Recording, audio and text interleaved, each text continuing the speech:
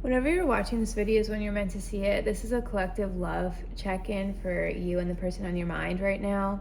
And I got a really specific someone returning energy, or some type of connection that is on a pause. So this is for whoever's watching.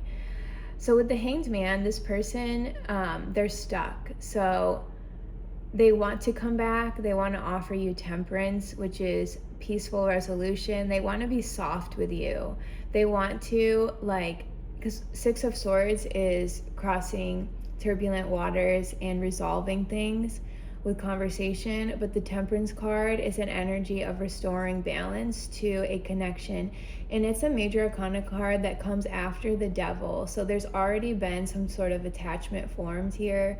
There's already deeper feelings, there's lust, there's obsession, but all of that energy I feel in the silence or the lapse. I just heard there's like a lapse, and I just saw like a, when you're trying to record a video and there's like the time lapse option. I saw that, but instead of going really fast, it's like really slow. So maybe this person is just replaying moments between you and them, and it just seems like the time is like they're like in this void. Okay, back to the reading with the Knight of Cups. This person, I actually saw them wanting to say something to you, some emotional truth they have not shared with you yet. The Hanged Man is more about a delay due to they don't know how to deliver it. So or they don't know how they're going to do it yet. But the Knight of Cups, knights to me are taking individualized actions in the real world. So they're not like pages. Sometimes pages are just messages or internal energies, but with knights, this is when action, this is where you see action. Sometimes even with queens and kings, that's not action. It can be, but to me, like, knights are action cards. So you're going to hear something from this person soon. They're going to confess something to you. And with the Eight of Cups and the Page of Wands reversed, these came out together reversed, and this was in the their intentions towards you position. They want to return and reignite the spark between you. So there has been this spark that it has not gone anywhere, and there's this silence between you and them, but it has not erased like the desire. And I'm feeling, the collective that's watching this, that you also feel the same way. So their intention is to almost go back to the past and retrieve this in order to offer it to you. But there's something in this person's energy where I feel like they think they have to recreate like a moment from the past. Maybe that's really specific for someone. Like maybe they're going to show you something or say something that's reminiscent of like a memory the two of you have shared. So they're not like inventing a new way of being in this relationship. I feel like they almost think or feel or perceive that bringing up something from the past will be the ticket that reignites the spark. So that's really specific. I'm like, either they're gonna invite you somewhere where you two have been and had good memories, or they're gonna remember something you said to them a long time ago and like somehow bring that up to you. Like they wanna pull on your heartstrings. They feel like this may be the best strategy. And I just heard strategy. So this person is almost strategizing how they're going to do this, how they're going to rebalance this connection with you. I'm gonna pull a couple cards for, where is that deck? What are just some cards to describe the energy between you and your person? Oh my gosh. Okay. That was kind of chaotic, so maybe this connection is chaotic. Maybe it's not clean, maybe it's like forbidden fruit type of connection. Or there's something unresolved. I also just heard that. Okay. In it for the money. Okay, they might be in it with someone else for the money. Union of convenience, superficial love. Yeah, I'm getting that they almost feel like anyone else besides you is just really shallow, and they're realizing how much this meant to them. Confidence, divine feminine, boss, stable, riches, successful woman.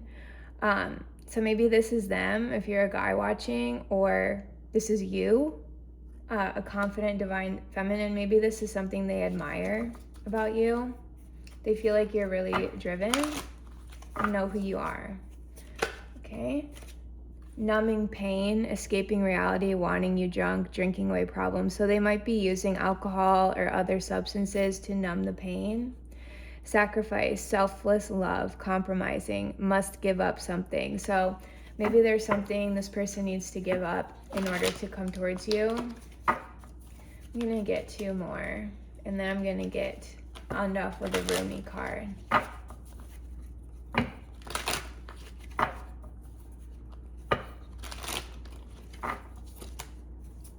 What else about this connection? Fantasy, fairy tale, illusions. Okay, so I'm getting 2 messages. Maybe the connection with you is highlighting in them what has actually been lies they've told themselves their whole life, or just lies that they believed were true. So maybe you illuminated something about life to this person. And maybe there's an element, this is the other message, maybe there's an element to them where they feel like you are almost, they're trying to grapple with, were you real or fake? I keep getting that message in my love readings. So maybe they just never met someone like you. And it almost seemed like a whirlwind, like a fairy tale, and then it ended. Or if you're with this person, maybe you're going through a challenge with them right now. Okay, or if this is someone you just met, I just heard I just saw the number 1 in my mind when I was thinking about if this is a crush or someone you haven't really been with. There's something where they're trying to decide, should they go for this? Should they make a move? Or are you too good to be true? Or is this not real? Okay, so I'm gonna get 2 more, or maybe just 1 more, because I keep seeing the number 1 in my mind. I don't know what that means. Maybe you are number 1 to them. Trapped, stuck, holding back, no options, blockages. So something in this connection is stuck. Clinging, desperation, infatuation, obsessing, completely hooked, holding on too tightly. So maybe they feel completely hooked. Delays, procrastination, timing issues, and cultivate patience. Yeah, this actually landed on the Hanged Man, but it actually came out sideways. So I'm gonna get an image, so I feel like there's a reason for that. Okay, you know why?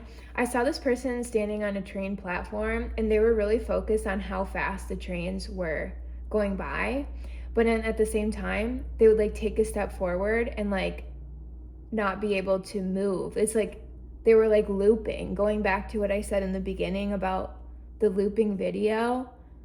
It's they were trying to move forward, but they couldn't. It was loop, loop, loop. So they're stuck, but then at the same time, they see these trains moving past them. So I feel like they're almost frustrated by not being able to make something happen as quickly as they wanted to.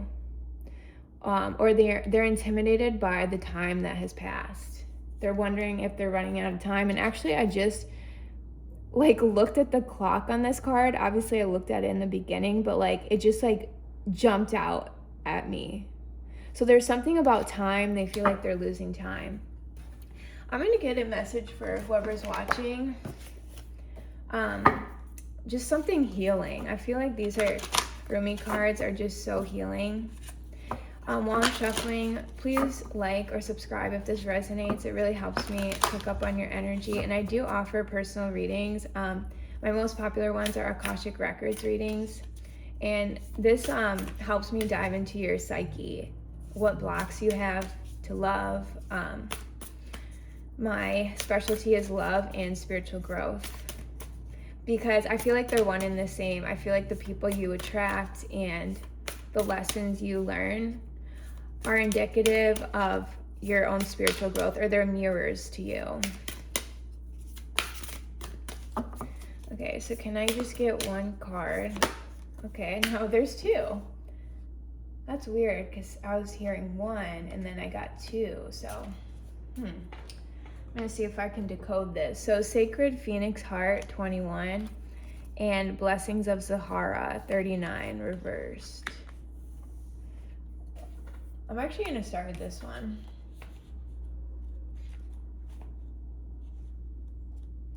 I just have to get to it.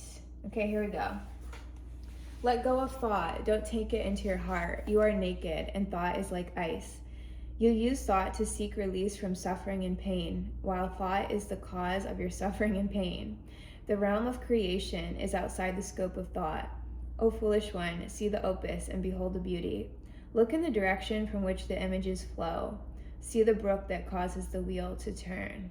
Oh my God, this is like reminding me of a Love Shorts video that I posted earlier. It's like same thing. And I also did this spiritual video last week, and the King of Swords reversed was in the position of the subconscious block. And this is like reiterating that again. There's something where you're trying to think your way out of pain, or you're trying to like rationalize the situation or cut it off, or just like plan and like move forward. But the message here is you don't need to use your mind in that way. Like, yes, your mind is a tool, but there's such a thing as using thoughts to your own detriment, in ways that hurt you. And that's why this is reversed. I wish to pull that false confection from your mouth. I know you will open your mouth even wider to scream. But the moment you open your mouth wide and draw a breath to bemoan the outrageous travesty of your loss, I shall shove my divine finger, dripping with nectar, into your mouth. I'll let you... Okay. Contented by the sweetness and surpasses all other sweets. Okay, so it's like you're trying to control something with your mind, but all you need to do is listen to your heart. When we are hungry, we reach for what food is available. If we are starving, we may gorge upon what is before us, only to find ourselves overfed, undernourished, and in a most uncomfortable state. Your soul needs better quality food. It has been detoxing. You may have been shedding old thoughts, feelings, pains, and struggles. Memories of the past have been flooding out of your soul, like parasites being expunged. And now your soul, thus cleansed, is in need of genuine nourishment to restore it to full radiance and vitality. Love will feed your hungry soul. Nothing less shall suffice. No sweet-talking charmer, hell-bent on seducing and moving on, will make the grade. No, it has to be nothing less than genuine romancing by the great beloved to comfort and nurse you into radiance. Only that divine finger, dipped in the heavenly honey, can be taken in by your soul now. So yeah, you're like raising your standards. You're almost put on pause because you're going through this divine recalibration with your body. Like, you might find that like certain things you used to eat or drink just like are causing sensations within your body that are uncomfortable because you're going through these upgrades. And I think that you're realizing your worth so much that you're just not, there's like not 1 ounce of you that will settle ever again for anything less than you deserve. And it's because you're understanding this love inside yourself. We can summon the strength to overcome habitual and mindless attempts at feeding on lesser substances. The great beloved shall storm through the kitchen and with military precision clear out the cupboards, for only the best and finest, most decadent and delicious shall do it for you. So because this is reversed, maybe some of you are tempted to just distract yourself or have temporary pleasures just to like numb the pain. But there might be a huge transformation in when you let yourself feel what you're feeling without trying to numb it. And I think that's leading me into this message. So I'm going to read 21. Sacred Phoenix Heart. Okay, almost there. Under the cover of blood, love veils many rose gardens. In total faith, love tenderly guides every lover to the garden of the heart. Reason says, the world is limited in 6 directions. There is no way out. Love says, there is a way, and I have traveled it many times. Oh my God, I'm gonna cry. How I adore your defiant, rebellious heart. It knows that what for the mind is an end is for the heart simply another match to ignite the sacred flames. It eats of love until it is filled, and then becomes hungry again and eats some more, and again and again. It eats of love until it is so full it must simply explode into a sacred fire of passion. It bursts, incapable of sustaining old consciousness in the yes, you're growing. An expanse of blessings unlimited, lavished upon it through the great beloved's affection. It would be like attempting to fit an ocean in a teacup, so it does not.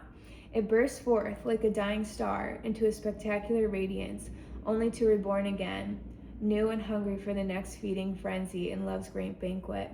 How I adore your defiant, spectacular heart. Oh my God, this is so beautiful.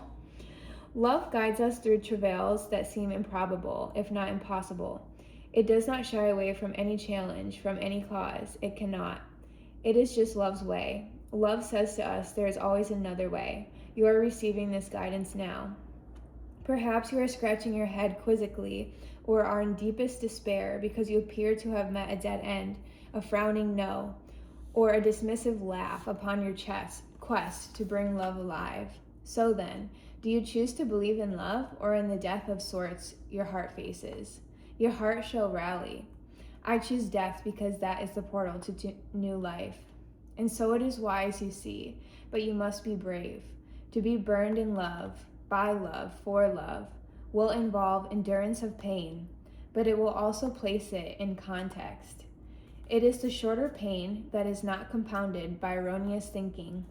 That pain comes and goes quite quickly when you realize that love is simply, playfully smacking your wrist and saying, not that way, beloved. There are great pitfalls on that path. Come, take this one, where there shall be wine and dancing.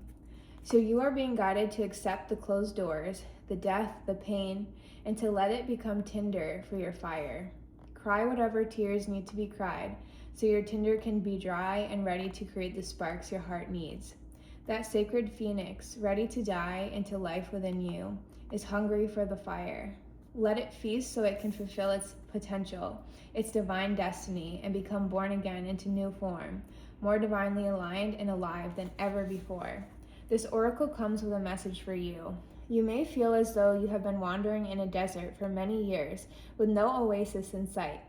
You might have been through darkness, through trials, endured confusion and uncertainty as you sought for your truth, sought divine revelation, and sought your purpose to confirm your plans. Seek no more.